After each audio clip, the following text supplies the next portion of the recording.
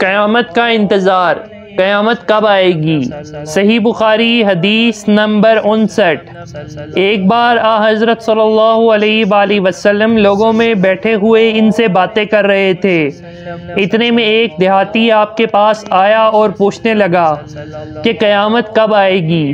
آپ صلی اللہ علیہ وآلہ وسلم اپنی گفتگو میں مصروف رہے۔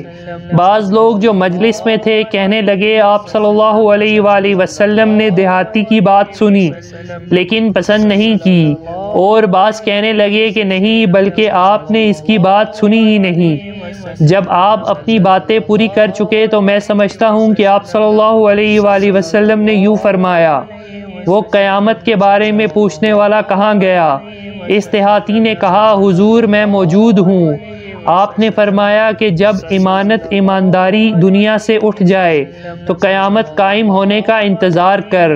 اس نے کہا ایمانداری اٹھنے کا کیا مطلب ہے؟ آپ صلی اللہ علیہ وآلہ وسلم نے فرمایا کہ جب حکومت کے کاروبار نالائق لوگوں کو سونپ دیے جائیں تو قیامت کا انتظار کر۔